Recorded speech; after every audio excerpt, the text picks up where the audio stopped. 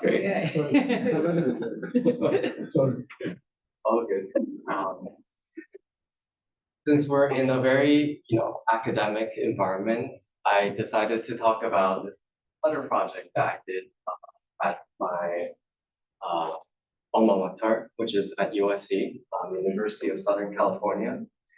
This is a project called Healing Spaces, and it's to help people with late-stage dementia, to help them deal with the fear and the trauma of not remembering, where they came from, who they are. And most of these patients are very scared because they do not know what's going to happen to them. Like they don't have any memory of the past and they cannot really think about the future. So they're always kind of stuck in this loop of where am I? I want to go home, but I don't know where home is. So I worked with my director, Gabby, on this project, and we partnered with a care center in Los Angeles. So this care center had many patients with dementia, and many of them would be in very kind of terrible pain when they can't remember. So we would bring them to this room where we had like a projection set up, kind of like this, the projection, and then there's the hue light, which is color changing light. And we added a scent machine in there so we could create certain triggers. And we would load up like a forest theme. So the lighting would change, the smell would change, and the patients would kind of calm down because they feel like, oh, I remember some years ago when I was in a forest, or we will load up the ocean scene, right? And you will hear the sound of the ocean coming in and learn about kind of their own memories with the ocean. So it was a great way for the caretakers to kind of support these late-stage dementia patients. We published our paper at ACM, and it was selected as one of the most kind of innovative use cases of technology for people with dementia. And I worked as the lead developer programmer on this project, so I do a lot of technical work as well. And now I would like to segue into SOOUL. Is there any questions so far? I hope we're all following along. 質問とか、日本語でもどうぞ。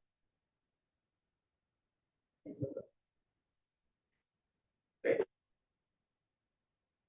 So this is kind of the vision that we've set for ourselves. And personally, I come from a very artistic family, art brain, but I'm really interested in how can we preserve the physical art form while embracing digital possibilities, whether it's through AI or gaming, where I come from.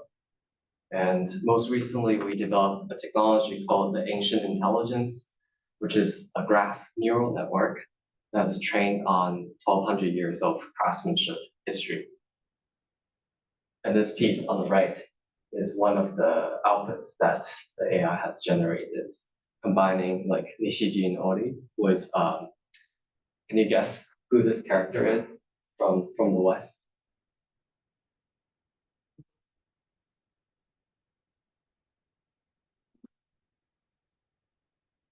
It's a very big IP. すごい有名な、どのキャラクターかわかります？ Very kind of dark character. すごいダーク That's right. Wow. So I worked with Lucasfilm on this because actually right after I graduated from USC, I worked there for a bit. So Star Wars is a big influence on many of my work. And we'll talk a little bit about like bringing craftsmanship to Hollywood as well, one of the biggest entertainment industries in the US. The reason why I think I came to Japan is because of the craft crisis, which is, I think it's a very difficult situation right now. I was told at that time that craftsmanship are like a Titanic and it's sinking and everyone on board is trying to hold on. You know, they still go to their workshop every day doing the same thing over and over, but they have no idea, you know, what to do about the sinking ship. So I received like a very urgent call from the craftsman telling me that please come to Kyoto and please understand us and get to understand the value that we provide and appreciate. Why did they move? One of my advisor used to teach in Kyoto. Actually, he connected me to the first craftsman that I met, which is a kimono craftsman called Masaka Hoso. And we started collaborating on kind of the dental koge projects. So he was the one who kind of brought me into the network. Yeah. And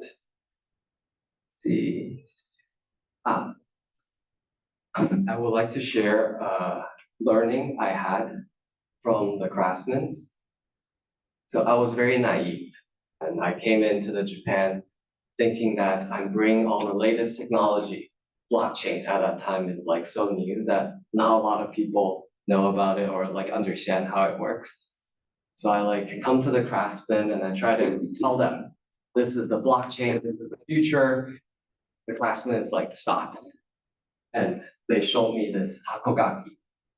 They're like, this is our blockchain. I'm like, what? What do you mean? It's a wooden box.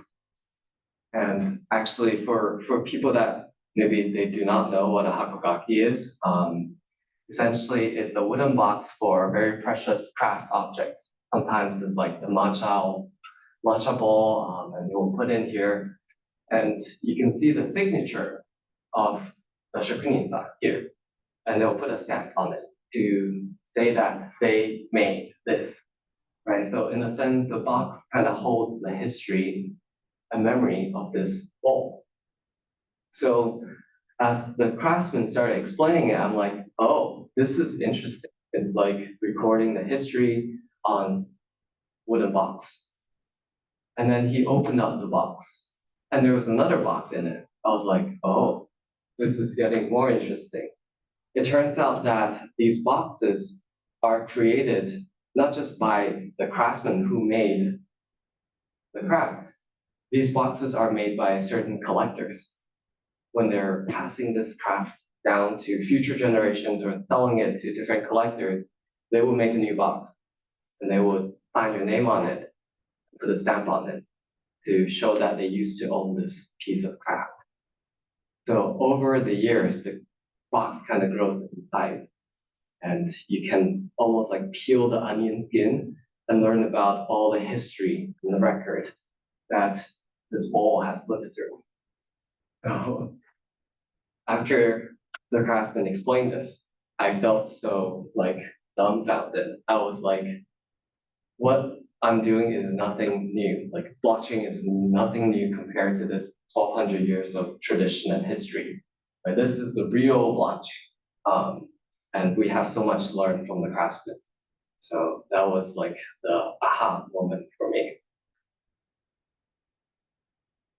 Great. And that led me to the Craft Neural Network, which is an attempt at capturing the craft ecosystem. Started in Kyoto, but very quickly I got connected to Shiho-san, who was like other artisans, craftsmen all around Japan. So each of these dots on this, the screenshot here represent an individual who is contributing to the craft ecosystem in Japan. They could be an artist, they could be a researcher, they could be a craftsman or a producer.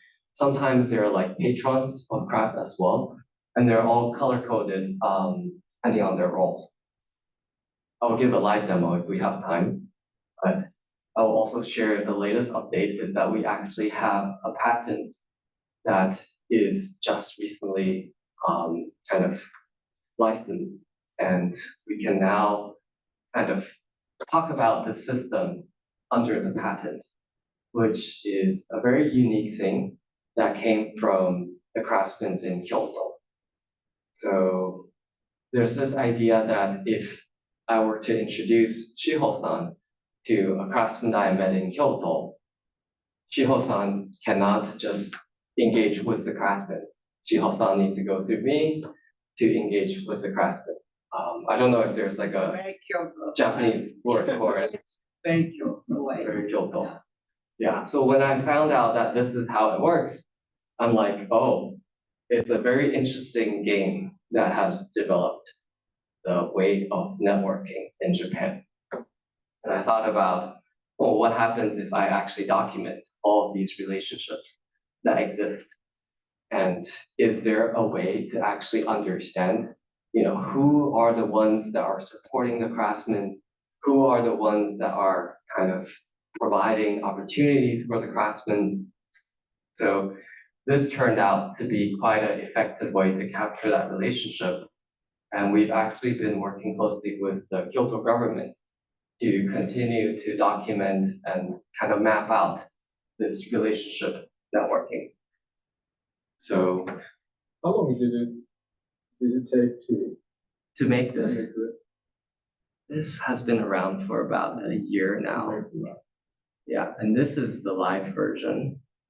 So as you can see, it's kind of all centered around the central node here. And this graph is representing the kind of the kimono industry that I've come across. So the central dot here is the kimono craftsman, and it's color purple because they're actually a producer. There's a saying that it takes 20 craftsmen to make a kimono and 20 steps. So this is like an extension of what that network looked like.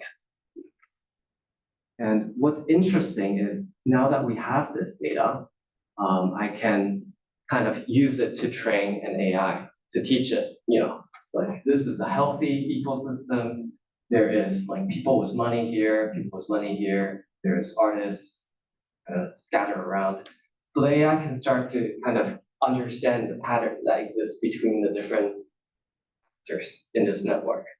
So if I were to hit the simulate button here, it would kind of take this understanding and project and predict how the network could grow in the future if we have like 10 of these craftsmen, 10 of these collectors, 10 of these patrons. So we can set the different kind of success criteria, and the network would change based on that. I don't know if this is getting too technical, but is there any like people with technical backgrounds here? And all Mostly. maybe you should teach me how to make this even more effective, because we're just scratching the surface here. But yeah, you can live adjust like this network, and now it's showing like 100 times the network that was shown earlier. I have actually a question. So Yes. color represents the who does what, Yes. producers, Mm. weavers, artists, etc. And the shape that like the dark black the sizes of the dot is representing what? Oh, the sizes. Yeah, like the black dot. The black ones are actually they're arrows. Okay, the collection of. Yeah, so it's how many relationships does this craftsman have with other actors. What direction of arrow? Yeah. So usually when a craftsman initiates a collaboration, it's often one-sided. Let's say I'm a textile maker and I'm trying to find like a producer who can turn my textile into an actual kimono. I take my stuff, I go to the producer, and then they make the kimono. That's one way of relationship. But more recently, I found out that actually the way artists prefer to work with craftsmen is like back and forth. Like an artist will come to the craftsman with an idea, work with the craftsman for, let's say, a year, and then they'll learn something. And then the craftsman might tell them, okay, this is actually what you can deal with this. So there's a back and forth between them.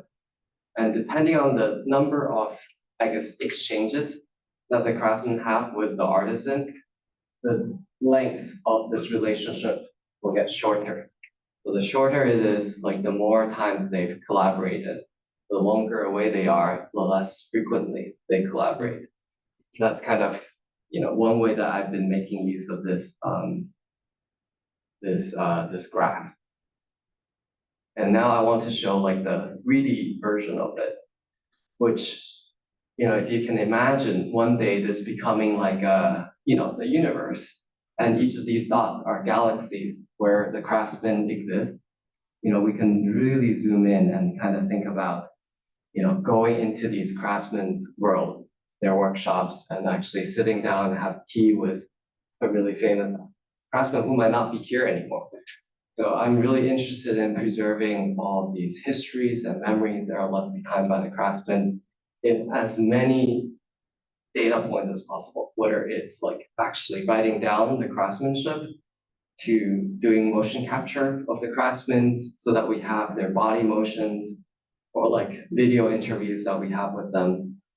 I think they all need a place to exist. Do you find any specific characteristic in the network structure compared with others?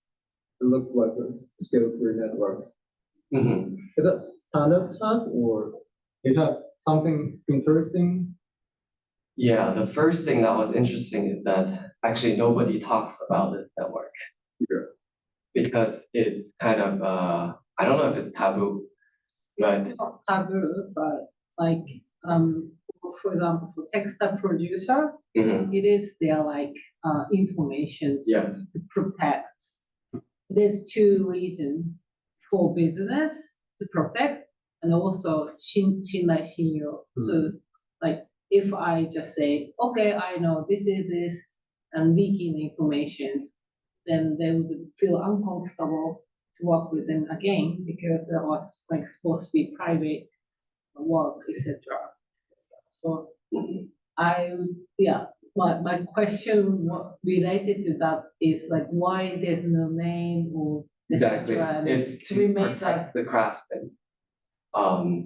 And this is actually a good design constraint for me personally, because I came from a game design background, and I'm always thinking about like leveling up and incentive systems.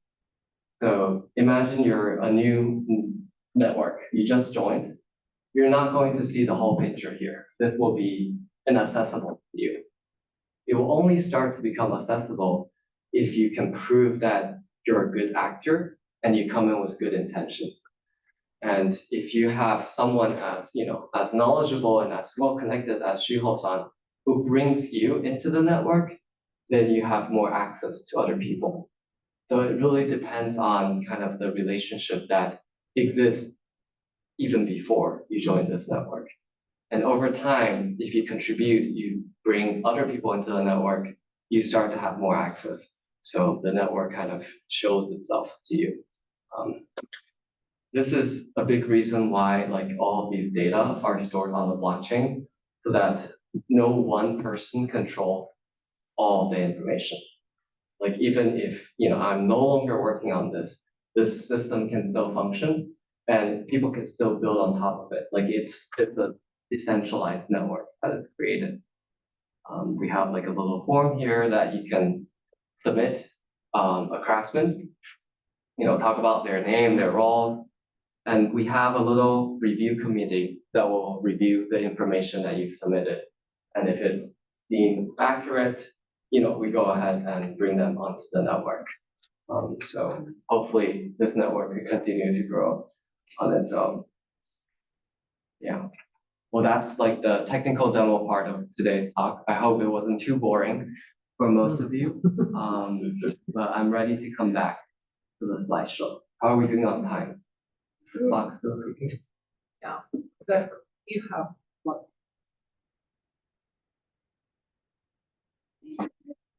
Okay. So here I want to show a tangible example of what AI is able to generate when you teach it traditional craftsmanship. And this is the project that was actually led by Masanaga Hoso, who's the craftsman that I work with in Kyoto. This is their first digital textile, the one right here. And it's generated by a GAN network, which is like a, it came before like stable diffusion, it came before like generative AI. It's like a way to train an AI by having two competing networks. Essentially, you have two AIs trying to, prove that one of them is correct and the other one is incorrect. And what they did is they are able to generate like a lot of possible outcomes. So what started as these three traditional designs of a textile is used to train an AI to understand what is the underlying weaving structure behind the textile. So this is actually the most challenging part because AIs can come up with like really beautiful images, patterns maybe, but they actually don't understand how a textile is made.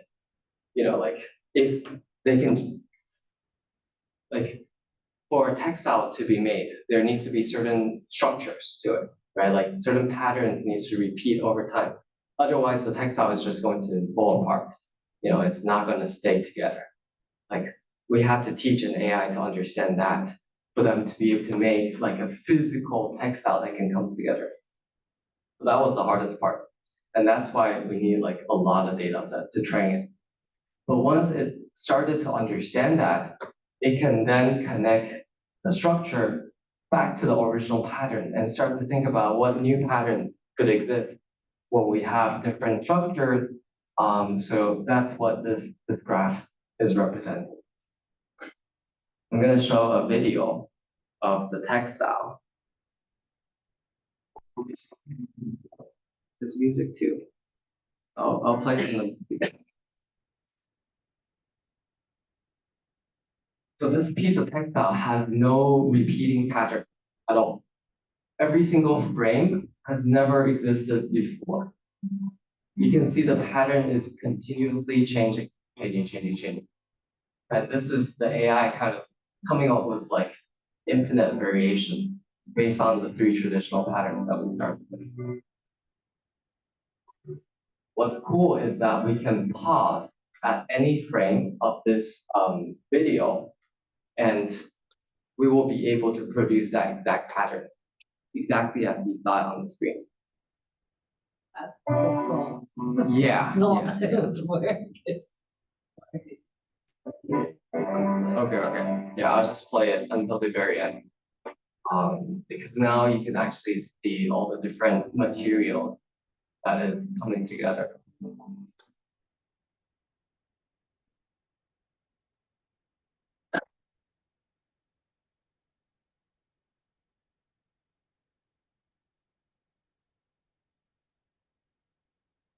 Okay, this is more of the funding part. Get that.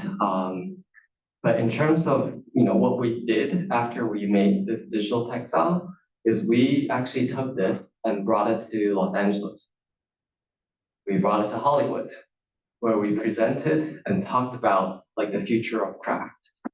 And these are like people that have never, even thought about craft in their life, and they're introduced to it for the first time with this like very innovative approach, and that like really captured their imagination. So I think it was quite an effective way to instantly convince people that craft is not some old ancient tradition that has nothing to do with our day-to-day life. It's actually ingrained within our everyday life. And if we combine it with innovation, it can actually be a really powerful way to imagine what the future could be.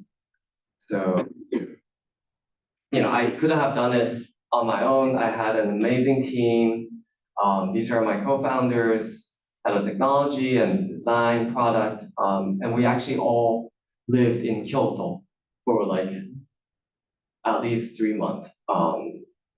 while we're developing this project. We will work with the craftsmen at their studios, learn about their history, document their craft. It's like a very hands-on process. And of course, we couldn't have done it without the craftsmen because they're the real source of, knowledge here. And thanks to them, we have access to some of the most amazing human wisdom that have been passed down for all these years. Okay, this is the last part of my presentation. Is there any questions on the previous section about my startup?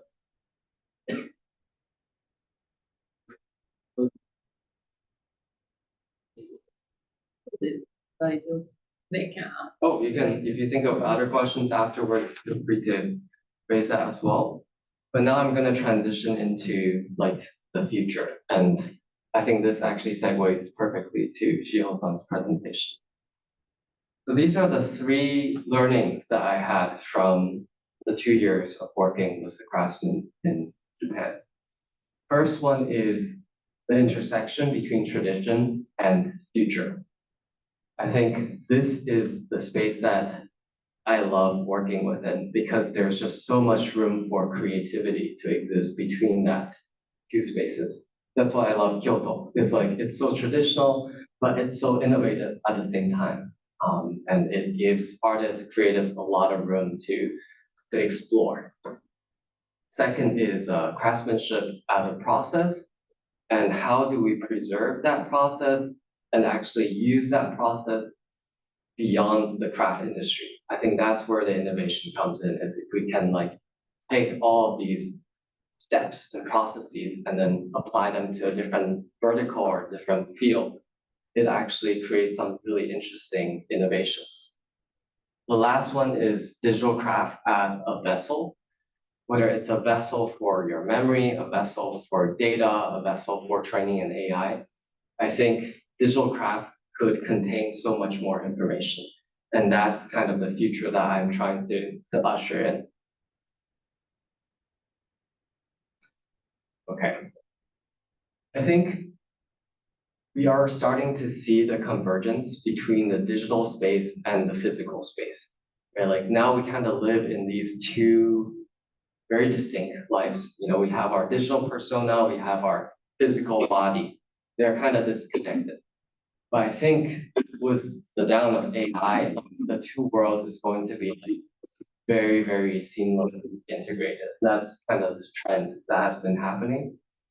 And I hope that when the 2 worlds do come together, we are masters of that world, and we're not kind of controlled by some corporation or controlled by some forces that, does not understand what humanity values and what we have that is so valuable to us. So I hope at the center of it all is the craft-centric AI, an AI that actually appreciates craftsmanship instead of trying to be so efficient to take out all human kind of input in the system. I think on the physical side, we will start to see radical materials, materials that would change physical properties depending on the timing of the day, the temperature, the environmental cues, and even like sometimes even like emotions that the owner has, to be able to represent that.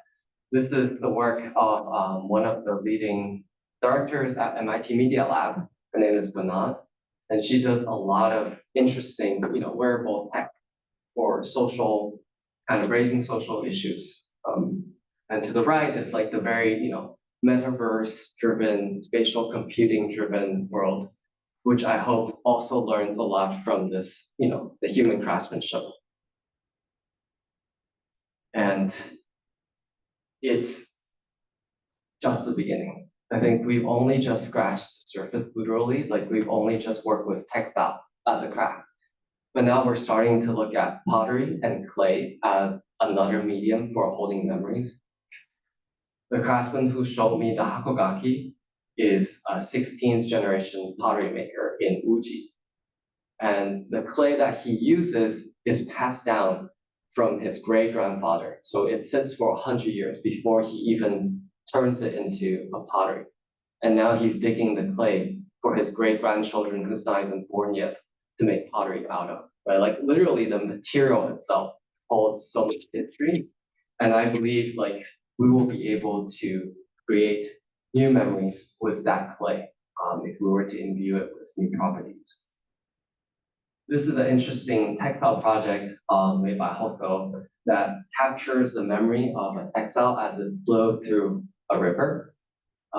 There was a really interesting kind of, it's like a curing agent where you can shine the UV light on it and then the entire textile kind of freezes and it stops its motion.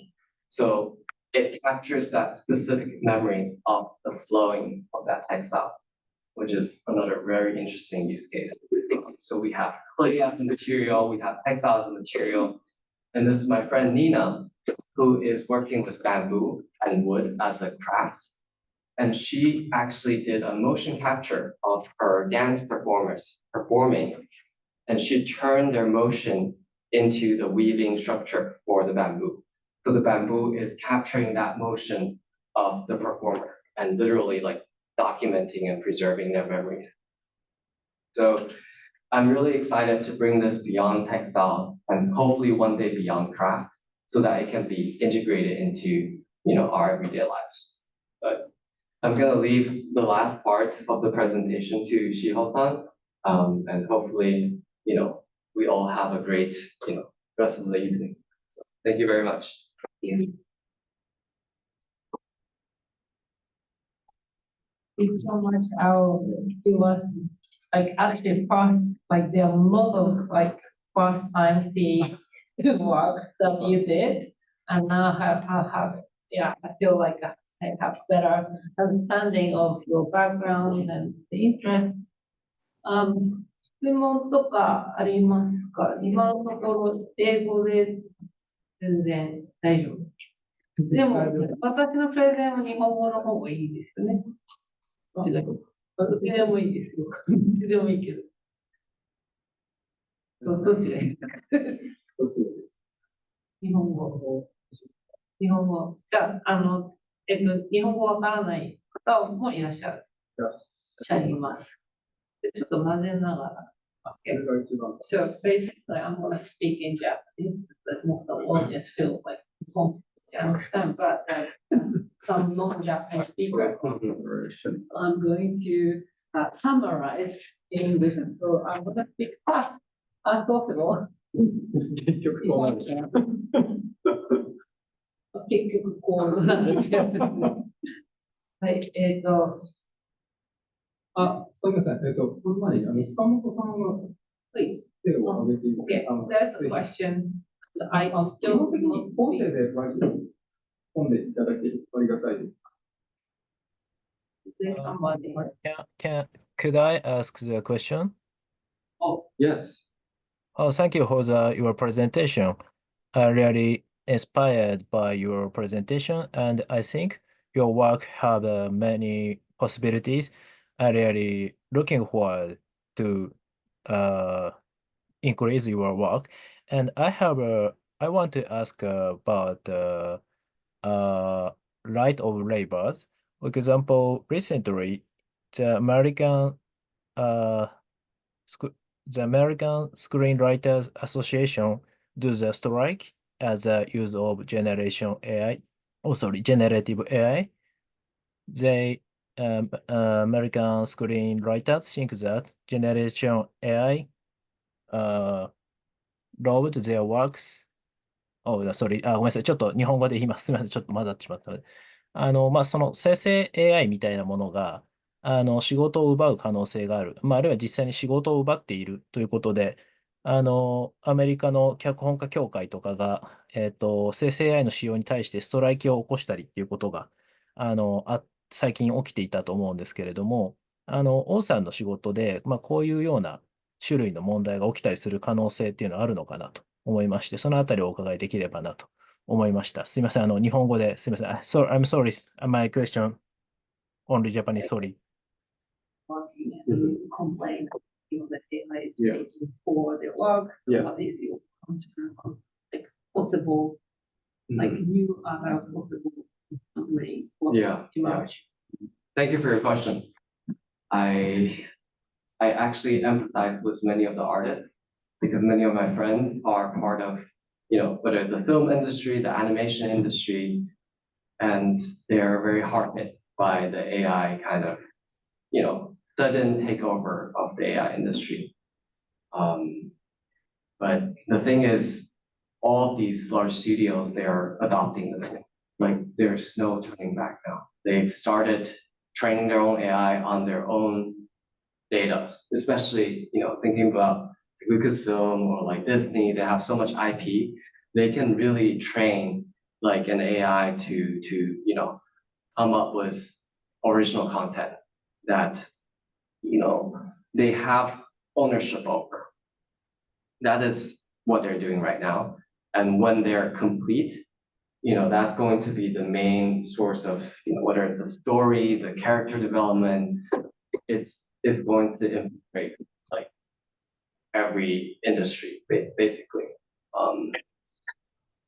I think many of the artists are afraid that when that happens, they will be replaced by the AI, which I think is a little too, like, how should I say it?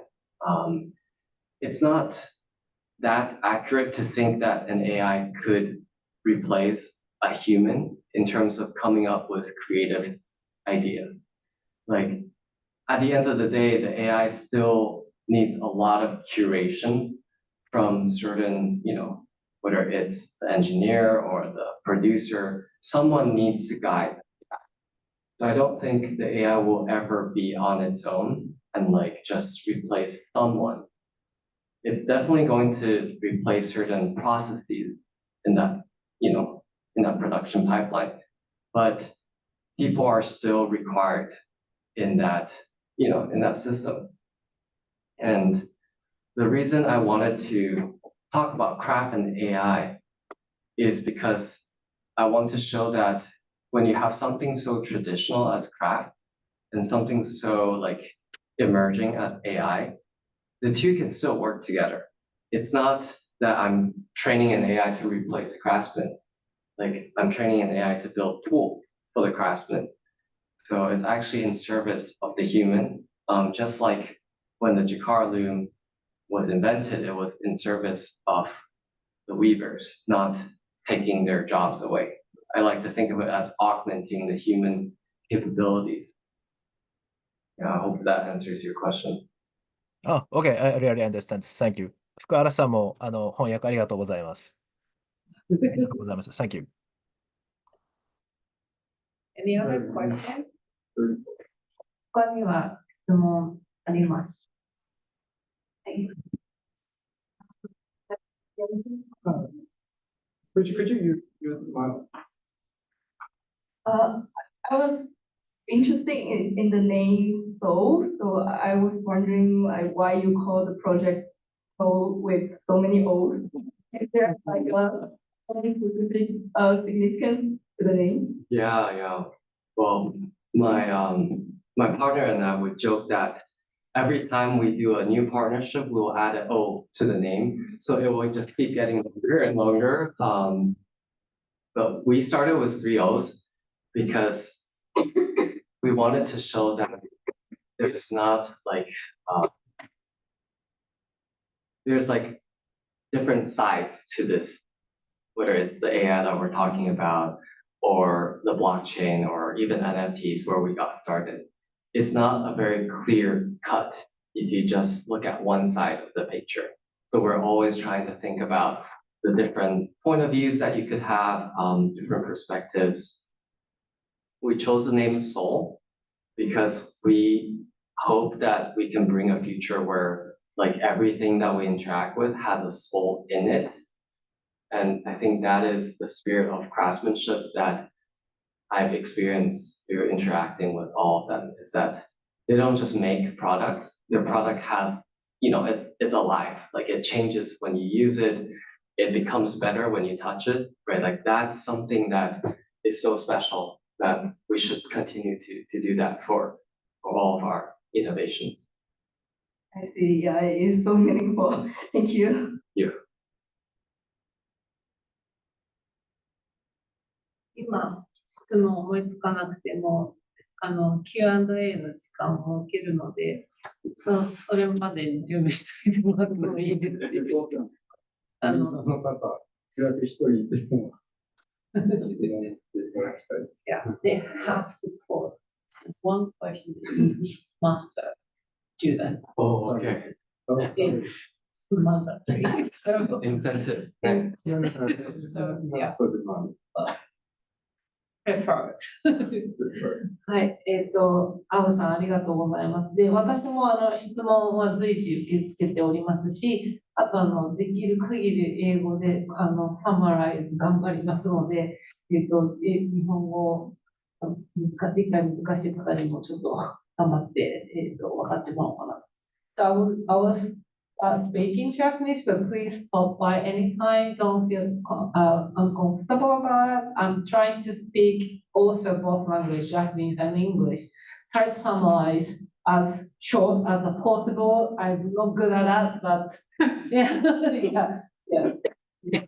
You have said laughing, yeah, So today's talk, 今日のトークは、クラフトマンシップ、メモリーと、あとAI、アーティフィシャルインテリジェンスとアンセントインテリジェンスっていう言葉が掛け合って、でそういったそのツールとか、テクノロジーがこれから発展していくと、私たちがどういう日常を得るかっていうことが、共通点にはすごく興味があって、私イギリスのロンドンのロイヤルカレッジオブアートでインタラクションデザイン科を卒業していまして、それこそ本当にツールとか、そういうUI とか UX とか、あとテクノロジーが発展して、どういうふうに我々の日常を変えていくのかってことを研究していたので、非常にテクノロジーっていうのはそもそも人間が作ったツールですから、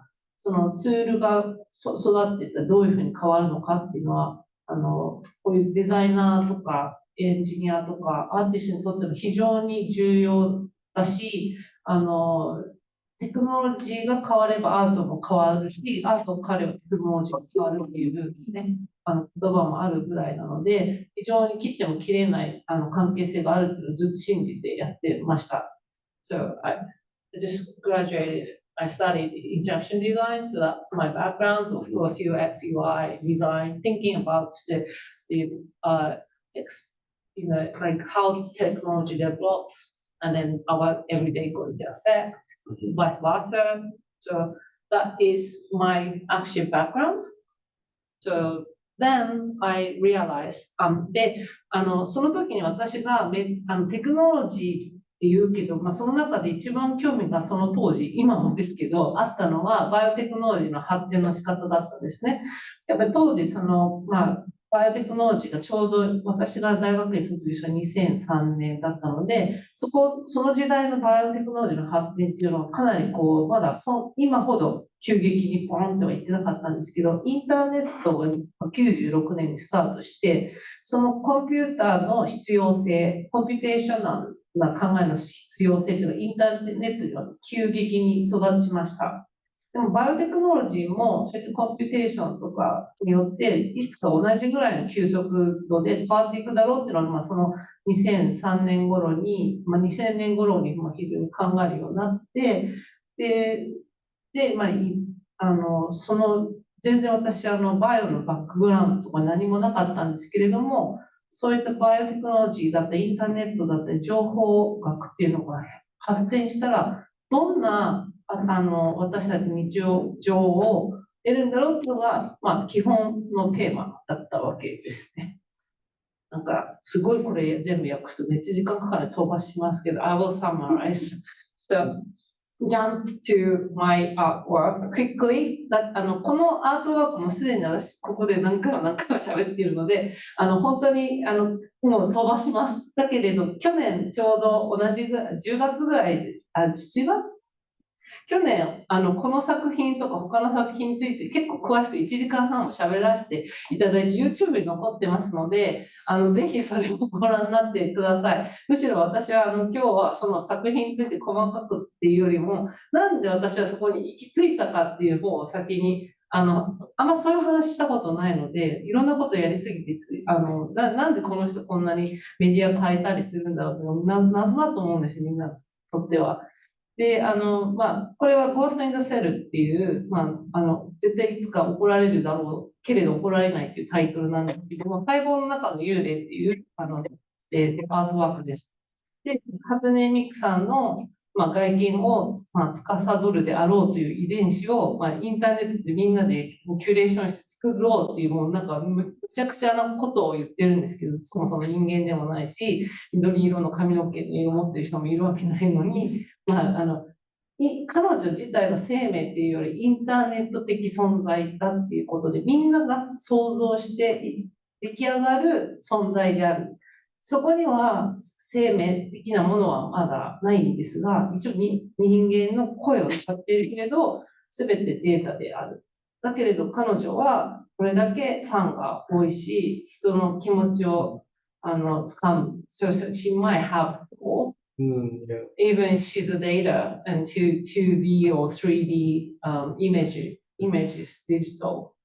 So that was inspiring. で、この存在のあり方がすごく私たちには、ゲワーグと私と、他のいろんな皆さんでコラボレーションしたときに、もうでも基本はここなんですね。データだって分かっていても、これだけ人の心をつかめるっていうのはどういう現象なんだと。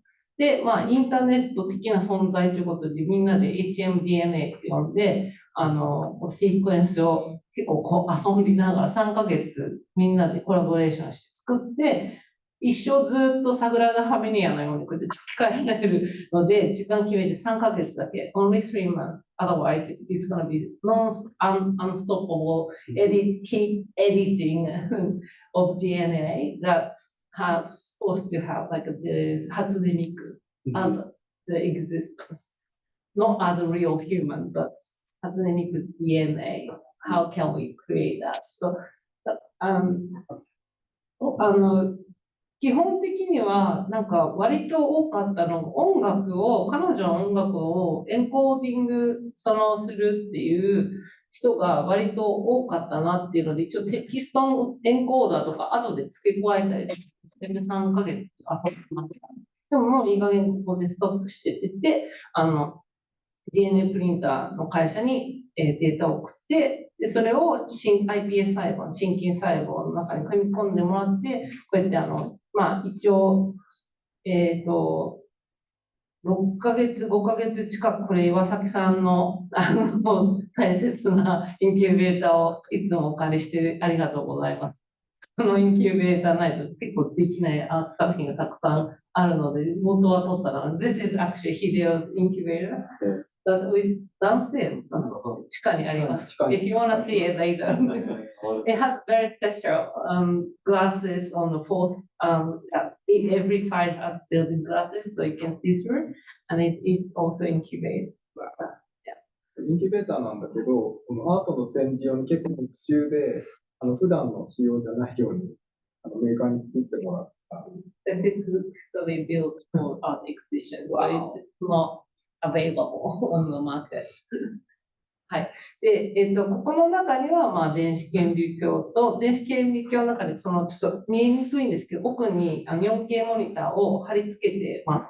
なので、顕微鏡までは設置できないけど、その 4K モニターが見えます。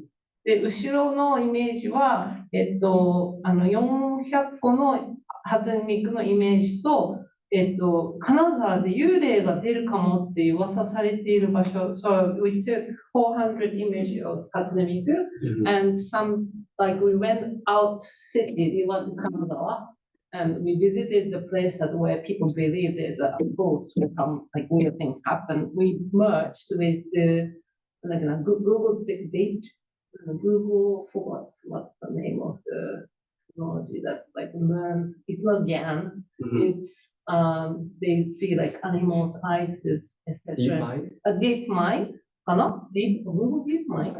So they find similarities between the two images. So it's like similar to GAN, but yeah, that was very fast.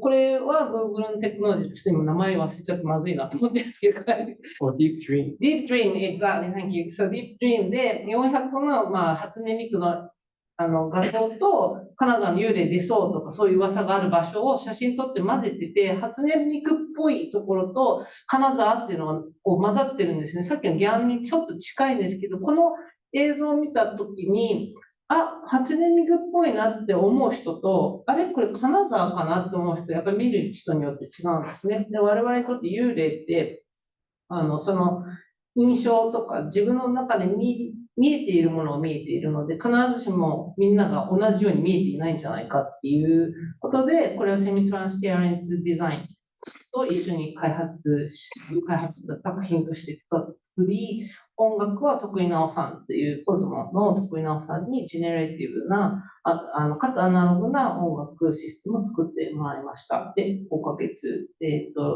にしてて、これがその時の、これ色つけてます。初音ミク、初音ミクのその心筋細胞を取って、後で編集して青色にしてます。そういうふうに見せてるんですね。生命そのものを見せるというよりは、It's, I guess, cardio cell, so it moves as itself. And I colored it afterwards. So it's usually more like pink with the big っていうのがありましたというので、過去の作品なんですけど、あと、画面が変わんないのいきなり YouTube ちょっと思う。Oh my god. Yeah, close.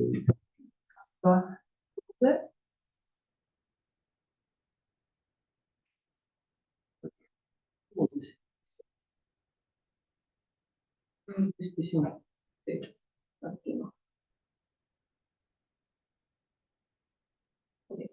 で、もう一個のプロジェクトは、バイオプレゼンスっていう、なんかタイトルがすいません、なんか、ここ混ざっちゃってます。気にしないです。バイオプレゼンスっていう作品で、これも、先週、登場してくれたギアブプレと、RCA で、卒業展で一緒にやったやつなんですけども、簡単に言うと、これから亡くなる方とか、おばあちゃんとか、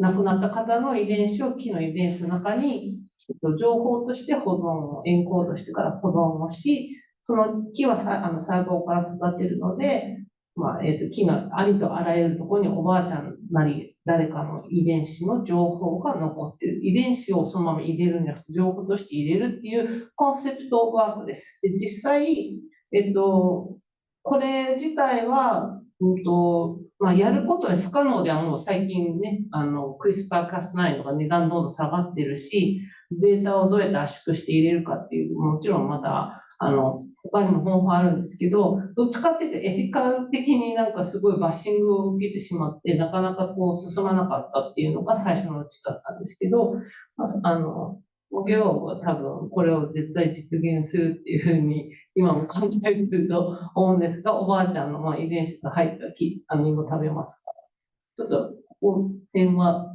で、ここからやっと、会うと私がかなり共通の、ことをやってたなって思ったのが、私、会社で、検索会社ですね。グーの根も出せない検索会社で、働いておりまして、で、プロジェクトジャパードっていう、これも、このプロジェクト自体はもう公開されているんですけど、もうなくなっちゃったんですね、残念ながら。でも、ジャカードっていう名前自体、実は西陣織、さっき細尾さんって言ってたけど、西陣織とジャカードかなり近いんですね。西陣織の、織物の機構と、ジャカードはもうほぼ一緒で、最初は日本ではパンチカードか記憶の中だけで上に人が立って下に横糸をやる人がいて、上の人は縦糸をこう上下に動かし、で声を合わせながら折ってたんです。だから喧嘩するとうまく折れないんですね。でそれもめんどくさいので2人の息が合わないと。でパンチカードになりました。そこから01の世界なんです。それはジャカードが作ったパンチカードだ。なので、さっき言ったその AI の、せいで、職人の仕事がなくなるっていうやつで、逆にパンチカードが出たことで、データインフォメーションをstill can save、保存し、can edit on it, on top of it, and save it. That's what computer does. なので、保存し、編集させ、またそれを保存することができるっていう、そのコンピューターがまさにやることですよね。なので、ジャカードは初めてのコンピューターにすごく近いよねって言われてます。っていうところから名前を付けたんですけど、基本的に、これ私、これ、場所まだ言えないんですけど、これ日本の某所です。日本の某所で組紐。なので今、機械がこれ組紐ですね。こういうケーブル、テキスタイル系のケーブルとかこういうのですね。これ全部組紐でできてるんですけど、日本ってもう着物とか、そういういろんな紐、組紐でできていて、非常に引っ張るのにも、曲げにも強いっていう、構造になっていて、真ん中が空洞になっているので、何でも入れられるじゃんっていうことに気づいたというところからスタートしております。で、私はやっぱりその、DNA がこうねじれていたり、その2つになってるっていうところで、記憶媒体としても、1本よりも2本あって、それがねじれてるっていう構造の方が強いっていう不思議な、そのもうなんかその自然がデザインした、このストラクチャーが前から面白いな、どうしてこんな形になっているんだろうっていうのが、素人ながら不思議でしょうがなかったんですね。よく見たら、糸が強い糸も、だいたいこうやって絹糸とかはねじれて出てきます。で、それを私たちまたさらに組み合わせて、夜って言うんですけど、1本の単位線、単位じゃなくて、2本とか3本とか、組紐もそうですけど、重ねれば重ねるほどどんどん強くなっていく。この構造なんとなくなんか親近感が湧いたんです。全く一緒じゃないけど。なので、なんか、その構造的に強くすることで、いろんなことできるなっていうことに気づいて、で、これがちょっとその、まだ初期の方なんですけど、真ん中に非常に強い、ここもまずちょっと言えないんですけど、中にどういう、基本銅です。で、他にもいろいろ入れてるんですけど、大事なのはよれてることですね。それがそのカバリングで、ストラクチャーになってる。これを発見してる。これでも作ってるの、この、当時、では多分70、80、年齢聞けなかったんですけど、こうやってもう毎日、工場の横に生活して、毎日のその、こう、湿度とか、機械の音を聞いて、アジャストメントしてると。なので、すごくアナログなやり方をしてるんですけど、彼が作った糸は、すごく綺麗なんですね。こう、スプールって言って、こう、なんか糸巻いた状態で見ると、私はもう彼が作ったか、他の人が作ったかって見分けがつくぐらい分かりやすく違うんです。で、テストしても、彼が作った糸も強いっていう不思議な、なので、やっぱりその、マテリアルの、美しさっていうよりは、なんだろう、強さっていうものは、その均一性がやっぱりあって、その均一性をアナログな機械で作っていくのはすごい難しいんですよ。特にテキスタイルって、さっき青梅って生きてるっていう。You said that textile is living. Actually, it does changes. Depends on temperatures, humidities, and also the machine's condition. So it is like almost alive. And he listened to the machines, he checked the humidity, he changed very analogically. だから同じことをセンサーつけて他の会社に持ってきました。で、やったんですけど、すぐにやっぱ同じクオリティはならないですね。同じスピード、センサーつけて、モーターでコントロールしてるから、絶対同じ条件なはずなのに、全然結果が違う。これもすごいエンジニア的視点で見ると、すごく面白いプロジェクトでした。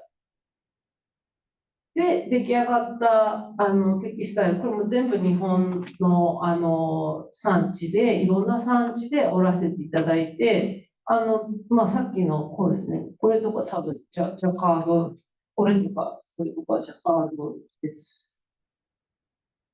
Yeah, in some of them actually. Jakarta, but not Nishijin at that time. It was too expensive for me to Nishijin. で、何を結局したかったかというと、その電気が非常に通る、メタルアロイが入っているので、電気が非常に通る、めちゃめちゃ強靭な、めちゃくちゃ細いケーブル。これ、糸業界だと絶対にこれを糸と呼ばないですね。で、私は素人なので、糸と同じ細さだったら、まあ、糸として使っていいじゃんってことで、こういうのを中に折らせていただいて、格子状にグリッドに入れることで、携帯のマルチタッチスクリーンと同じようにセンシングできるようにしました。だからこれすべてが、携帯のスクリーンとか、こういうマルチタッチセンサースクリーンと同じようにするんで、人の指がどう動いてるかとかわかるよっていうのが特徴です。なんでこんなことしたかったかっていうのが、まあ、最初の音ですね。何ですか、中国聞いてない。さっきのこのメタルある真ん中ですね。で、これがその外側の、ブレーディングしているところです。で、これが出来上がってくる糸なんですね。まあ、で、最初のサンプルをこんな感じでグリッド状に折ったりとかして、こういうふうに触ると、これもっと私の元ボスです。はい。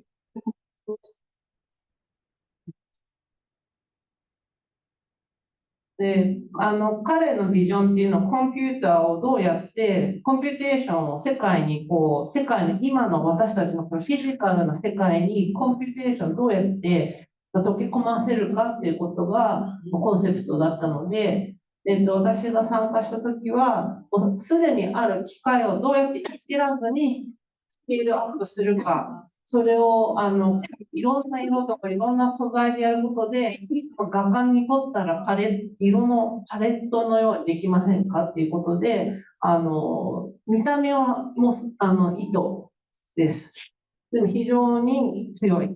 なので、いろんな機械で古い機械か新しい機械どっちも見えるんですね。で、なぜ私がさっきその遺伝子だったり、テキスタイルに興味あるかっていうと、どっちも昔からあって、今も成長変化っていうか、なんか進歩しかで言っちゃう成長と言いたくなるんですけど、変化し続けているテクノロジーっていうのが、バイオテクノロジー農業から、今命をエディットして作るテキスタイルも常に昔から私たちに非常に近いもののマテリアルとしてあって、今も変化している。そういった、あとはその細尾さんみたいに昔の折り方とかデータとして残ってるよみたいな。で、まあ大事なのは、こういう、もちろんそれをソフトマテリアルどうやってハードにくっつけるかっていう、この辺をまたエンジニアの人たちがすごく頑張って、ボタンみたいにね、してくれたりしたことで、テクノロジーを溶け込ませるとか、テクノロジーをまとうっていうようなコンセプトでやりました。で、結果は、今、こういうふうに触ると、どういうふうに触ってるかっていうセンサーになって、で、それがですね、それどうなったかっていうのは、このビデオ長いから、そうか。結局プロダクトになりました。で、デニムジャケットだったりとか、リュックだったりとか、it became a product afterward, which was most important for me because usually R&D stop at R&D, but yeah, we pushed and then collaborated with third parties. だから研究開発、素材の研究開発だったんだけど、私はやっぱりその what if というより what it is の方にどうしてもプッシュしたかったので、プルーフコンセプトを社会実装でやりたかったので、商品化することによって、どういう違うユースケース、どういう違うテキスタイル、どういう違う意味を持つのか、そしてそれを使ったコンピューテーションとかインタラクションとか新しいそのデータの取り方っていうのができるのかっていうので、新しいインターフェースとして世に送り出したということでした。はい。で、やっぱりテキスタイルも織りと編みがあります。weaving and knitting ね。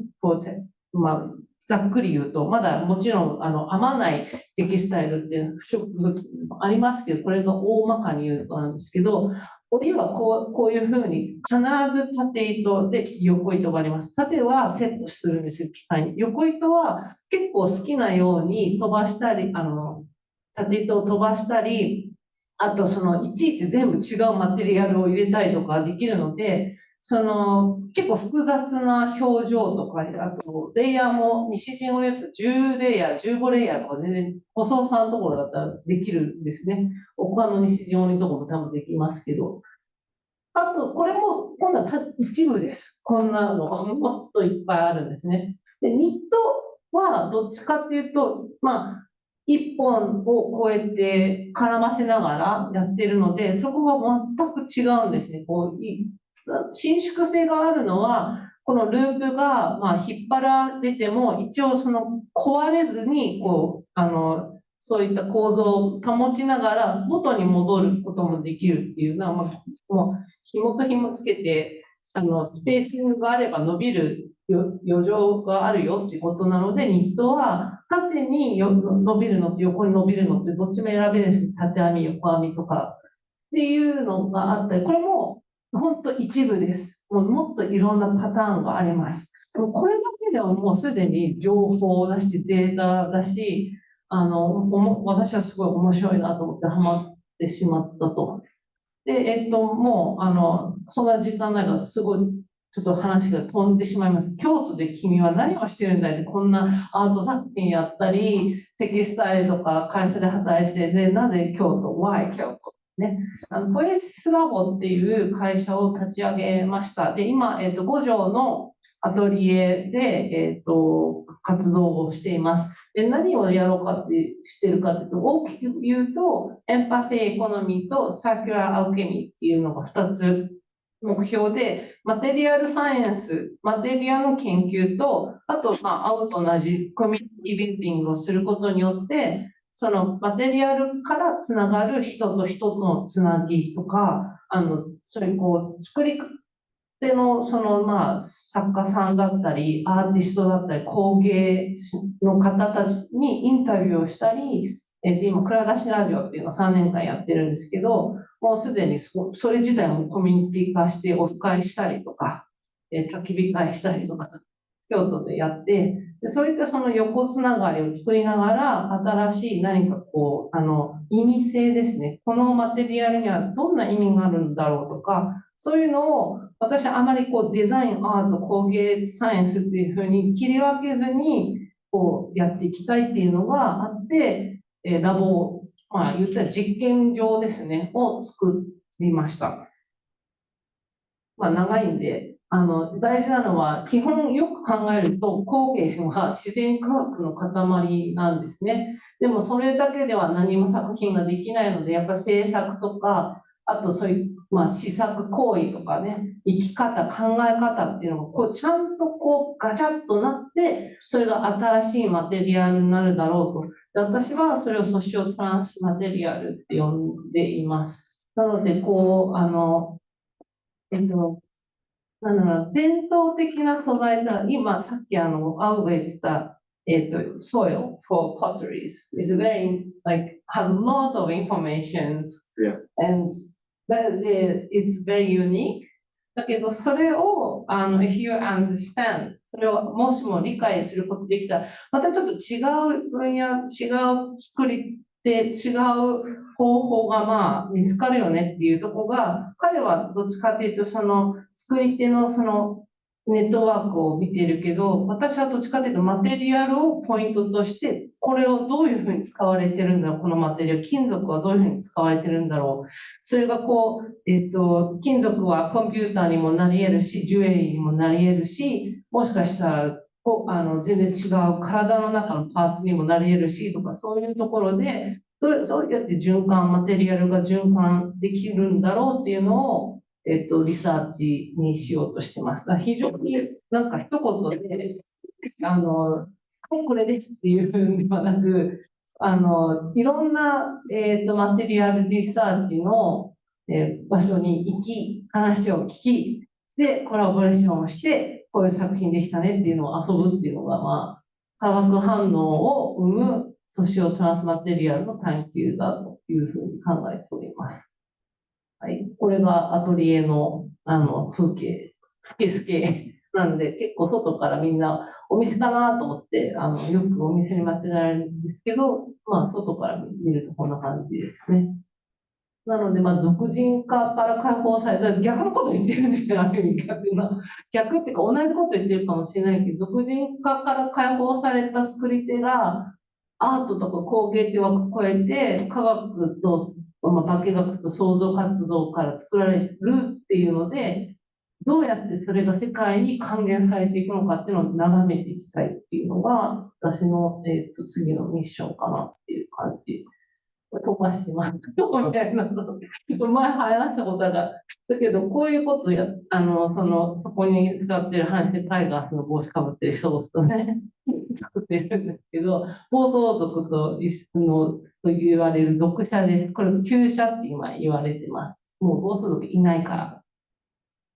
It's actually being updated. It's like a Sagrada Familia of the old artwork. So it has been updated like already 3, 4 times, and the project has been like more than 3 years, 5 years now.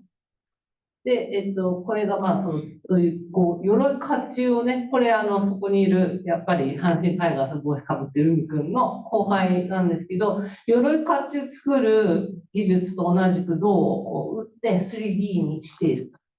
This is like coming from the one sheet of metal, Yeah. and it's the same technique as you making armor. So, っていう感じで、これは、ビデオは、こんな感じで、ロケットカウルとかをね、打ったりとかしてます。で、さっきの、it's very, very connected to what you did. と、左は100年前の、佐久間さんという方がもう100年前亡くなってるんです。絶対100年前だろう。で、一応鑑定に出して本物だっていうのが分かって、益子焼です。益子焼って名前つけて私珍しいんですけど、で、箱にね、書いてあるんですが、誰がいつ買っていくらで譲り受けたかっていうのが一番右の紙に書いてあります。で、右は皆さんご存知のダイソーですね。で、レシート。で、関熱紙だからこの情報なくなっていきます。もう、実はこれも残念ながらこのレシートもだいぶもう今や薄くなってしまってるんですけど、で、ダイソーは切り箱。で、100円だったのかな、当時。で、袋が110円かな結構110円。まあ、こういう感じで情報書いてあるんですね。これも私もこれ見たときに、みくんと、まさにブロックチェーンでしかないねっていう話になり、で、これ自体もある意味、ブロックチェーンっていうか、そのダイソーだっていうのは、まあ、これのブランドでわかるし、ロゴで。で、どういう、なんか、いつどこでクレジットカードで買ったかみたいな、どこのお店とかも書いてあるんですよ、来歴が。で、ここにですね、NFC チップを埋め込んで、携帯で読み込んで NFT につなげてっていう、そうこうしてる時に彼にあったので、だからある意味、まあ、こういう共通のなんかその考えてるか、これもうマジブロックチェーンっていう、いや。I think this is like what we really have thought, like in a common thought, that this is like the information, who owns what, etc. Yeah. で、今やっているプロジェクトはもう本当にかなり早く話しますけど、私、3年前に乳がんに罹患したんですね。罹患って面白いなと思って、見つかってから罹患って言われるんですけど、その前から絶対がん細胞があったわけなんで、私の体の中に何年いたかはわからないんですけど、これがちょうどそのエコーの写真です。で、やっぱりがんだって告知されてから大体、そのエモーショナルマインドフォーメーションが変わっていくんですね。最初はまあ、fear、怖い、なんでって。そこからまた重要して recognition、acceptance になって、preparedness、well, like you will live, I will live。prepare for the next step っていうふうにこうやってマインドが変わっていくんですけど、当事者も家族も。でも大事なのはやっぱりセルフアドボカシー。この前、僕でも話したんですけど、今も私このことがすごく大事だと思っていて、がん患者だからといって、あれができない、これができない、こういうことしちゃいけないとかではなく、患者だろうが、病気を持っていようが、いまいが、その家族だろうが、この自分がやりたい、興味があるってことを声に出して活動して実践していくっていうことがすごく大事なんですね。なので、セルフアドボカシーっていう言葉を大事にしてます。っていう感じで、こうやって、細胞ってどうやって作られていくのかなとかを、できる限りシンプルにインスタレーションにしてみたり、こうやってやるとエラーが起きたりとか、毎日がん細胞ってちょっとずつできたりして、皆さんも、で、免疫細胞が頑張って見つけるとか、見つけないとか、そういうことで、変わるんだなっていうのを、こうやって外にアウトプットして表現すると意外とメタ認知的になってきて、冷静になるんですね、頭の中が。で、がん細胞は私の不良息子であると、私の細胞から出てきた、ちょっと今グレてしまってる。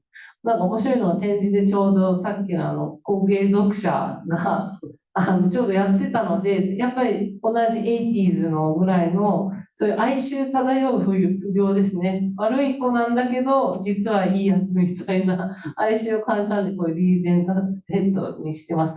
で、顔がないのは顔つきっていう、ガンの私のグレードがその当時切らないと分からなかったんで、これ切る、私の胸を全摘する前なんですね。やっとグレード分かったから今顔をかけるけど、その前だと顔つきがないっていうふうにお化けのような感じです。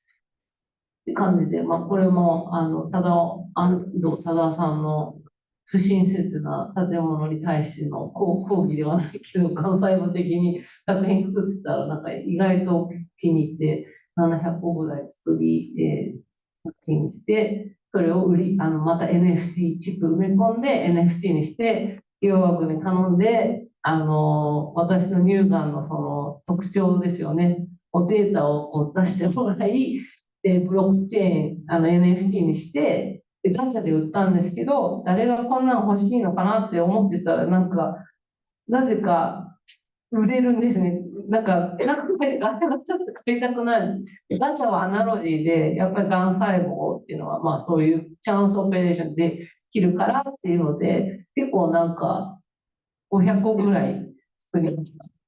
毎日。なんだろう。手で作ってるので全部手作りなので、職人になったような気分です。で、売れた収益は、J ポッシュさんにドネーションして、今もいろんなとこに、ドネーションをするっていう活動をしています。で、最後になりますけど、さっきの peer recognition prepare ね。で、そこから先、ここがやっぱり自分は先に考えを進めたいと思いまして、このがん細胞だってもちろん生命だし、コントロールできないその生命を私は内在させてるんだ。しかもそれは自分の細胞からできてるんだ。これってどういうことなんだ、コントロールできないことはっていうところにちょっとフォーカスをしようと思って、考え始めて、これ、ちょっと長いんで飛ばします。もうこれ読むとあれなんで。だけど大事なのは、唯一性って何なんだろうとか、あとそうですね、再生医療で、私の血液から iPS 細胞を作ります。で、それを免疫細胞を作ります。で、私のがん細胞、今取っておいてもらってるんですけど、それと対比させたときに、がん細胞はどういうふうな見え方をされるのか。iPS 細胞からしてきたら、同一の福原志保の細胞だから攻撃しないのか、それとも、いやいや、これはがん細胞だから、一応ちゃんと攻撃しなきゃいけない。これは分かんないです。私のがん細胞の状態によるの。でも、それを成功するしないっていうのが大事じゃなくて、そういうその同一性とか唯一性って何なんだろうっていうのを実際作ることで考えたいということで、今、インフィニットっていう、もう終わらないコラボレーションですね。しつこいので、多分終わらないと思います。ちょっとテレインフィニットっていう形で今やってます。まあ、これちょっと、まあ、作品の要素は長いんで、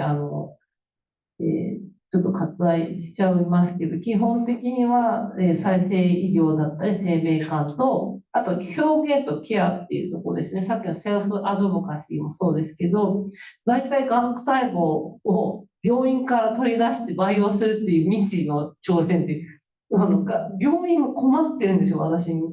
なんでこんなことを頼んでくるんだっていう。しかもちょっと、去年同じプロジェクトの話したんですけど、新しいニュースが、担当医が辞めちゃったんですね。なので、私のがん細胞、福原志保というレベルが、ラベルついてるの珍しいんですけど、今取り出しがちょっと難しいかもしれないっていう状況に陥ってて、自分の細胞なのに、自分のオーナーシップがないってどういうことっていうところで、そこで私はやっぱりその社会対話とかが必要だと。これ誰のもの、細胞誰のもの、病院のもの、私のもの、とかそういうことだったり、まあなんかそういうそのちょっとみんなが無理だって思う理由って何ってことを実際やることで、無理って考える理由を考えることで、まあ、無理を超えていこうっていう対話とかチャレンジが必要かなと思って、いろいろ問題大きい作品なんですけど、今年の、このプロジェクトは、フェローシップでヒューマンのためだって私たちのそのチームなんですけど、八代さんとか、渡辺さんにもアドバイスたくさんいただいておりますし、イラストにご覧になるところ、インキュベーター借りる気満々でイラストに、岩崎さんのインキュベーターがここに書いてありますけど、借りる気満々なんですけど、はい、頼む前にイラスト描いてるっていうんですけど、はい。で、3月末まで渋谷の CCBT ですね。で、ビッグクリエイティブベース東京でフェローやり展示をする予定です。以上です。すみません、長くなりました。Sorry, I didn't really have a-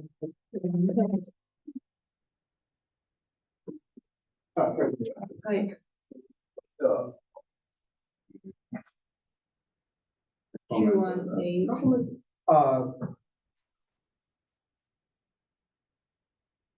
2つ質問があって、1つが、B さんの片桐です。ありがとうございました。私に質問です。はい。OK です1つは、その、織と編みがあるっていう話があったと思うんですけど、なんでその中で、そのケーブル、細いケーブルを使って、織の方を選ばれたのかなっていうのが。実は日本やってるんですね。なので、両方できるんですけど、ジャカードって織なので、最初はやっぱ織で、縦糸と横糸があることでグリッドになります。で、飛ばせば、X、Y 軸で、その全部同じようにセンサーつけちゃうと、あんまり意味ないんで、ギャップを作ることで、指がどこにこう何本ペタってやってるのか、ピンチしてるのかっていうのを分かるようにするのは、織り構造の方がシンプルからです。でもニットでもできるってことが、まあ、後から分かって、ただ一個一個問題を潰していくってことが大事で、簡単なところからプロトタイプして問題をできるだけ早く問題を洗いざらしして、そこを丁寧に分解して潰していくっていうやり方で、エンジニア的には非常に非効率なやり方を私はしているって結構怒られてたんですけど、アーティストはそういうのを無視してやるので、あまりみんながやらなかったアプローチだっていうふうには言われて。もう一つ、お二人に質問なんですけど、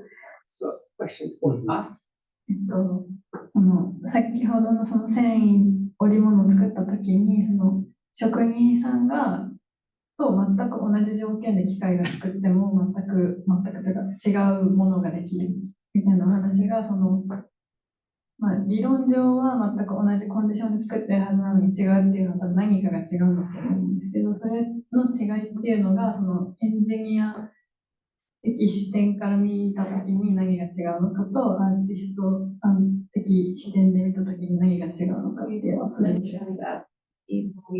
in condition, material, same in like whatever. Yeah. And creating a textile and then ask to another factory or person in the same factory, the result is very different. Why?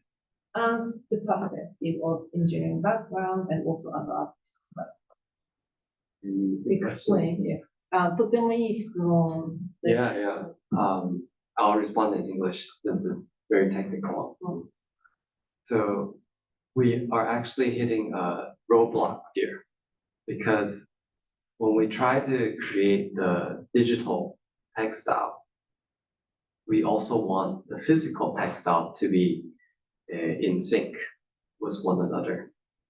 So in a sense, the physical textile needs to be communicating with the digital textile, comes to tell it, okay, I am changing because the temperature is changing, or I am changing because the humidity is changing, right? And the digital textile needs to update so that it understands and reflects that.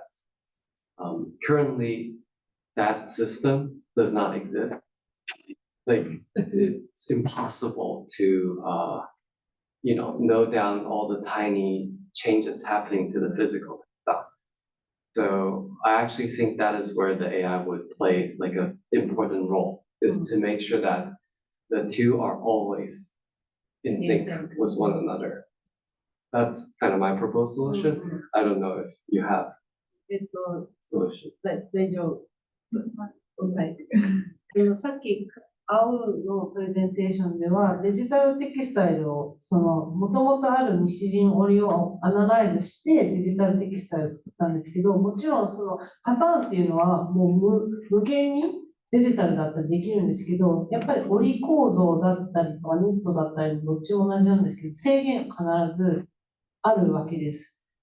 バラバラバラってなって、形にならないとかね。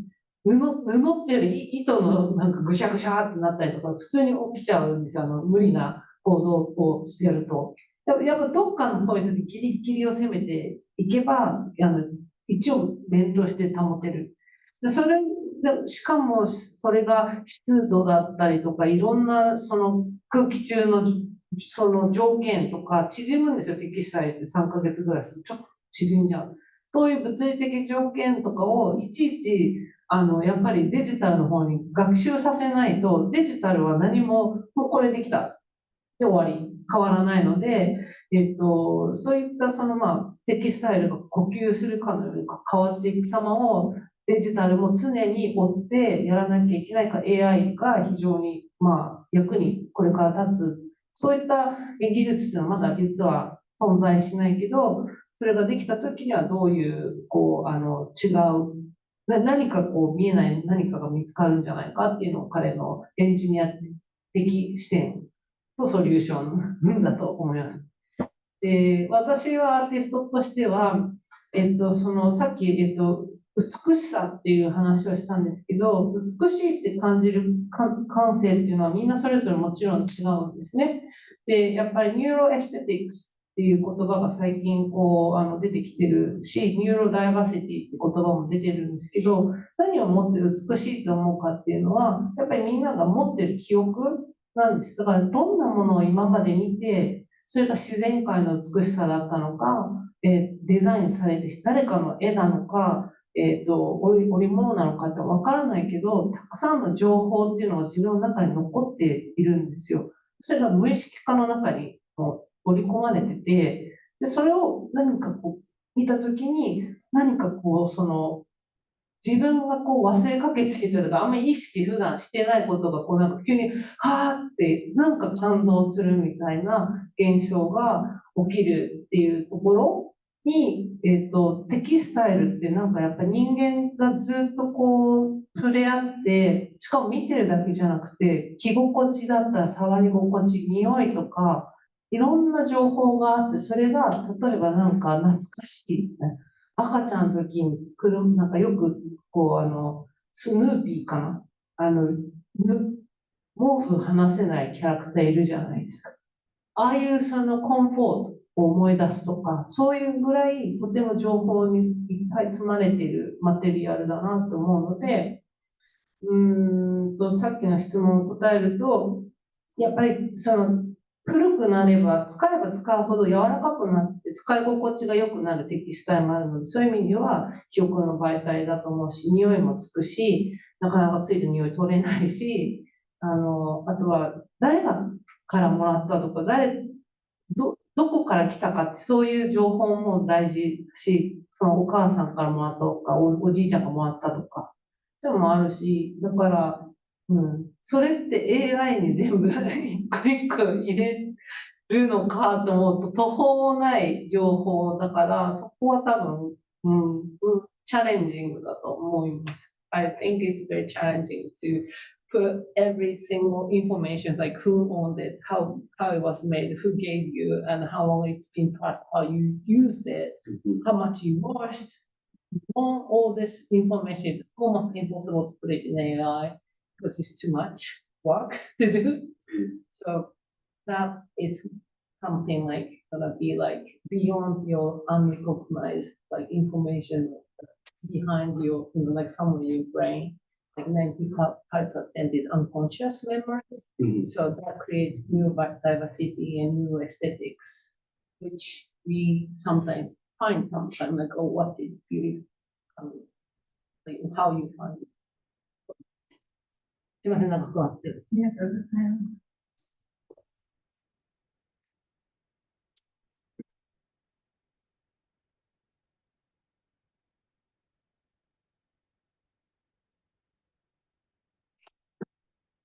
ありがとうございました。V さんの花山です。結構、志保さんに質問して、結構、考慮の序盤の話になってしまうんですけど、骨肉の DNA を iPS の筋細胞に入れるとか、木におばあちゃん、人の DNA を入れるとかっていうのは、結構、これまで人が積み上げてきた死生観とか天命観みたいな、アイデンティティを根底から結構覆すものだなって感じなんですけど、科学がこのアートを通して、これからそういうものに人間の内面的な精神面にどう影響を与えていくのかっていうなんかビジョンとかお持ちでしたらお聞かせ願いたいなと思いました。It was a question about like 5% academic project, like that is like challenges the way of how we think like life and death, what means, and I'm gonna answer. まず、当初です、2000年頃とか、私がそのバイオテクノロジーになんかで、どんどんこれからコンピューターとつながったら変わっていっちゃうかもしれない。どんなことができるんだろうっていうのが最初のきっかけだったんですけど、それって結構なんか進歩主観的な見方だったなって今振り返ると思うんですね。なんか全部新しくなって、これから良くなって発展していって役に立つっていう、常にどんどん良くなるっていう思考に私は結構絡め取られてきてたなっていうのもありながら、で、そこと同時に、これっておばあちゃんじゃないじゃんって突っ込む人いっぱいいるわけですよ。で、そういうのがすごく私にとって大事だった。そのフィードバックが欲しくて、アート作品にして会話をするっていう時間が必要だったっていうので、そのフィードバックのおかげで考えがどんどん自分も変わっていくんですね。遺伝子だけが全てじゃないんだってこともわかるし、でもそれをやるって行為自体が一つのそのおばあちゃんの物語、伝説にもなる。こんななんか面白いことをチャレンジするおばあちゃんがいるってことは物語になるとか、そういう意味で、発表してよかったなって思い反面、しょっちゅう怒られるし、いいアドバイスももらうし、それを超えて信じてくれて、なんかいろんなもっとアイデアとかを出してきてくれるカップル、なんか二人を一つに混ぜることできるかとか、私が想像しなかったことを言ってくる人もいるんです。アートをとしてこのプロジェクト発表してよかったな。本当は実はデザインプロダクトとして発表したんです。サービスとして。でもなぜかアートコンテストになり、でもそのアートのおかげで、アートっていう場所は一つの正解がなくて、いろんなことみんな言いたい放題言える環境なので、そのおかげですごいいろんな考えができた。初音ミクに行けたのも、いやだってこれ初音ミクじゃないじゃん。これ人間じゃないじゃん。めちゃくちゃじゃん。このなんかそもそもこのエンコーダーもみたいな、もう突っ込みどころ満載なんですよ。なんですけど、参加者が機器として参加して、ワークショップとかやってみると、また新しいアイデアを出してくれたりとか、だからなんか、どっちかっていうと、その会話の場を増上、なんか作ってる感じ。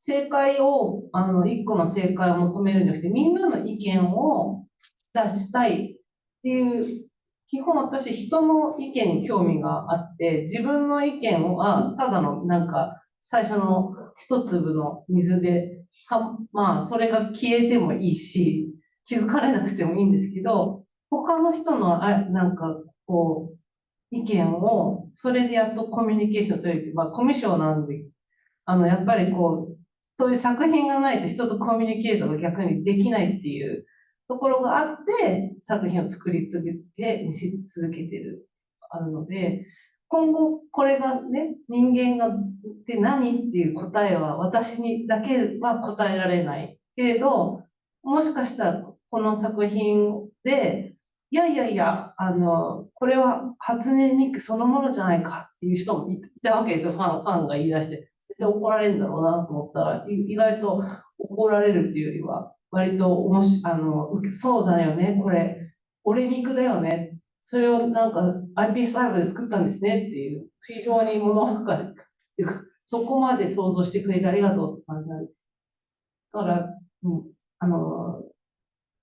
そうですね。どういうふうに変わるかっていうのは、進歩主観的に変わるっていう考えよりも、もともと私たちが何を大事に思ってるかっていうのが、非常にあらわにみんなのフィードバックによって個々の答えが来て、人って面白いなって思うっていうことがね、答えになってるんです。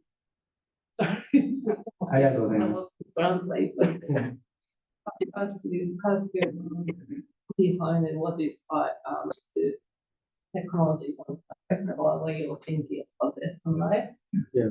There's no depth of it to come. And that's the art. Art is great for gathering opinion. Can I ask a question? Yeah, sure. So I came across this term called Ella absent. It up there. Yeah, Yes. I was curious to hear if that is part of your work. Well, yeah. For people that don't know teleabsence, it's the feeling of telepresence, right? You feel like they're here, but they are not in this world anymore. So when you reach that, I guess, ability to bring people back from that, to like that's a very, I think, uncanny valley place to be, where if it's not very realistic, it gets really creepy. But if it's too realistic, you like have emotional connection that might be not healthy for you, right? Is that something that you try to achieve or you try to avoid it in your work? It's already published, right? The paper. Yeah. So I can. A while back. 石井宏さんっていう、MIT の、メディアラボにいらっしゃる先生が、テレプレゼンスっていうペーパーを、ちょっと前に発表したのかな。で、簡単に石井さんに説明してもらいたいんですけど、本人に。まず、その人の存在っていうのが、なくなっても残るっていう状況を作る。テレプレゼンスとして作ることができたら、それってなんか、幽霊じゃないけど、なんか怖いって思うのか、そういうような感情を作ろうとしてるのかっていうのを、なんか私の作品で、どういうその感情を、人々に、持たせようとしているのかっていうような、簡単に言うと質問だったんですけど、私はどっちかというと、なんかなんていうのかな、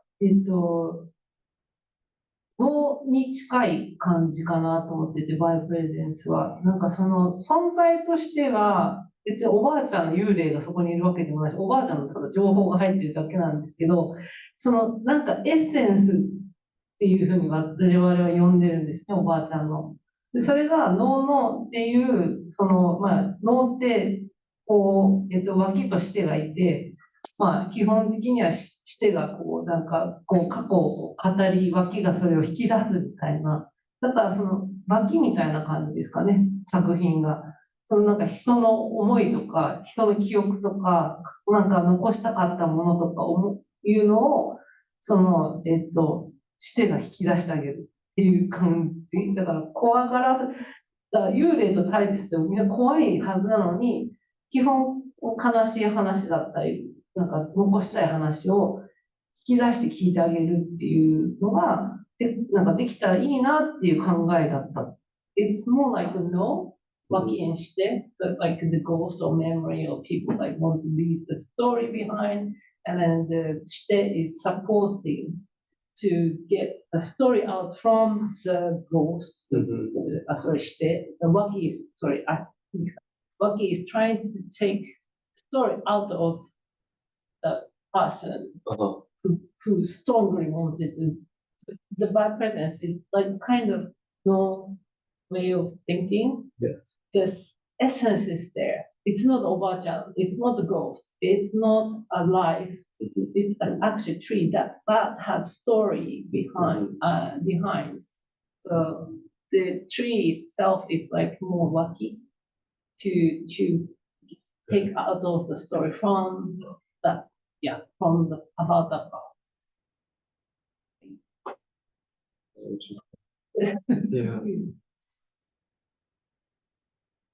だから、なんか、淡いっていうインターフェースみたいな、なんか、there's a word 淡い It's kind of in between, and it's a kind of interface that keeps changing. It's like actually your textile that evolve, changing, but there's no borderline. It's kind of in between, and that is the concept. You know that like the space that today, here and there, their world and our world is connected, By this interlinked. So Yohaku is also create Hawaii. So Yohaku is the kind of the voice, the space that creates sort of merge. That word is often used for conceptual space or conceptual existence. I think the same thing applies for digital and physical space. There's the Yohaku or the Awai space that is in between.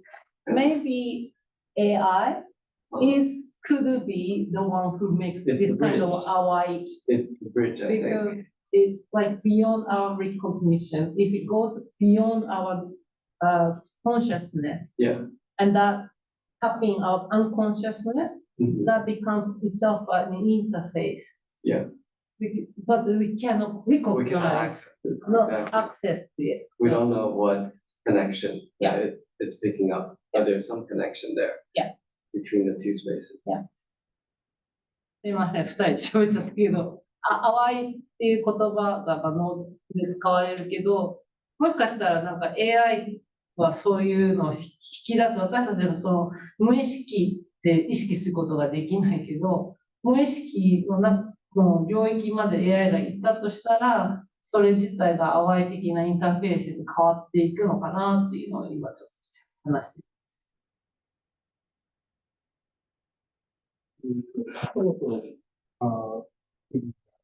そろそろ締めたいかなと思うんですけど、Any other questions? One, two. ちなみになんか商品化されたものっていうのは、バッグリュックで、あれの、この動線が入っていなきゃいけないっていうのがあんまり想像がつかないんですけど、なんかどう使うんですかね。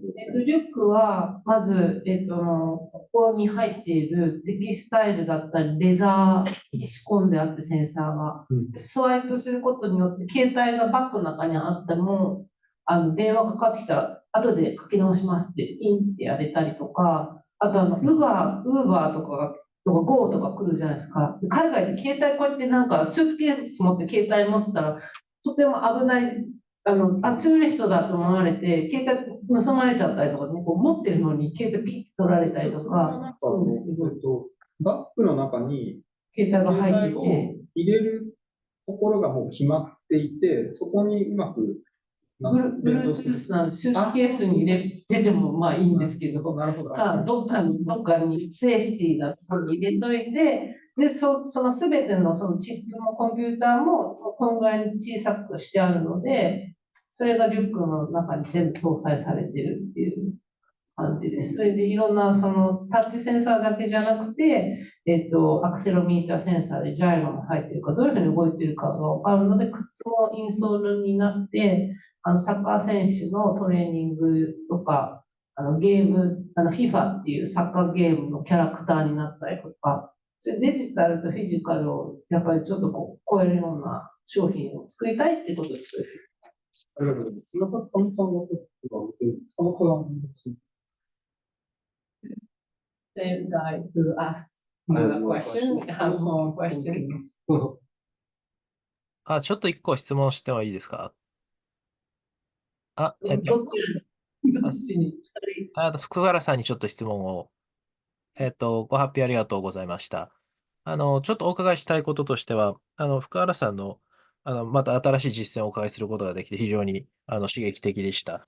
で、その中で、ポエシスラボであったりとか、今の最新のアートプロジェクトだったりっていうののお話をお伺いしてて思ったんですけれども、福原さんの、お仕事というのは、やはり社会と関係性が強かったりですとか、単に作品を出して終わりっていうよりは、その次のネクストアクションも生み出していくような要素が強いのかなという印象があります。で、二つ前の学生の方の質問とのやり取りでもあったように、作品を通していろいろな議論が生まれてくるっていうところも重視されているのかなと思うんですけれども、そうしたときにこれはメディアアートとかバイアウトで時々問題になる部分、議論になる部分かなと思うんですけども、そうしたときに福原さんの作品の中で、作品の美的な側面みたいなものっていうのは、なんかどういう立ち位置になるのかなというふうに思いまして、そのあたりのことをお伺いできたらなと思います。よろしくお願いいたします。はい、ご質問ありがとうございます。ですね、美的な側面っていうのは、結構私もずっと悩み続けていたのがあって、なぜか、やっぱり作品が割とミニマリストな発表が多いんですね。色を割と使ってなかったりとか、逆にがんのプロジェクトは、乳がんの検査でよく見たピンクと紫だけ使っているとか、そういうなんか情報はなるべくそぐみたいな、伝えたい考えとかコンセプトを際立たせるためにできる限り発表形態はシンプルにってやってたら余計分かりづらくなるとか、そういう問題がいつも自分の中でぐるぐるしてて、展覧会のたんびにちょこちょこアップデートして変えて、一回も納得できた作品はないし、同じ作品でも発表形態を変えたり、素材変えたりとか、なんかいろいろやってるので、そのエステティックスのところっていうのは非常に、なんだろうな、まだ自分の中で課題ですね。陶芸やり始めたんで、最近そっちの方がなんか面白い、感じできたなとか、色が出たなとか、そっちの方が割と素直にエステティックスにフォーカスして作りたいものとか、はっきりこのいう素材感にしたいとかはあるんですけど、だからなんか、そこのなんか自分の中のブリッジがまだできてないかもしれないですね。完全にそのエステティックスだけのやつと、マテリアルで遊んでるやつと、コンセプトで社会実装してってとこがまだ全部はつながらない。なんか非常に個人的な、プロジェクト、スーパーセルは非常に個人的で、これ私も20年以上アーティストやってるけど、初めてなんですよ、ここまで個人的な作品をやるのは。だけどこれは今しかやれないし、今やらなければいけないと思って、ちょっと苦手なんですけど、一歩ステップ、ムーブフォワードし、アウトオブザボックスしてみた感じなので、次はそうですね、エステティックスの方で、やっぱりテキスタイル触りまくっていっぱい覚えてしまったので、そういったテキスタイルの美しさとか、なんで私はテキスタイル好きなんだ、触ってこう、あ、いいな、これって思うのを、やっぱなんか作りたいっていうのはあります。で、実際今ちょっとやろうとしてるので、来年までお待ちください。ありがとうございます。来年楽しみにしております。またぜひお話とかインタビューさせていただければと思います。ありがとうございました。じゃあ、この辺りで、いいですかね。じゃあ、これでとりあえず、終わりたいと思います。すごく政治的な話で面白かったです。ありがとうございました。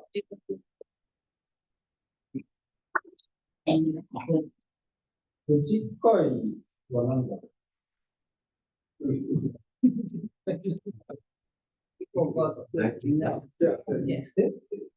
あ、来週は、そうですね、来週はなんか、ワセダの、なんか、イベントによる非授業日ということで、来週はないんだと思うんですが、ないんですか。で、なので、次は11月の8日になるのかなと思います。で11月の8日は、ここにいる井村さんと、高橋さんという、若手のアーティストの方に相談していただくことになっているので、また、お待ちいただければと思います。ズームの方もどうもありがとうございました。じゃあ、これで一旦、おしまいにします。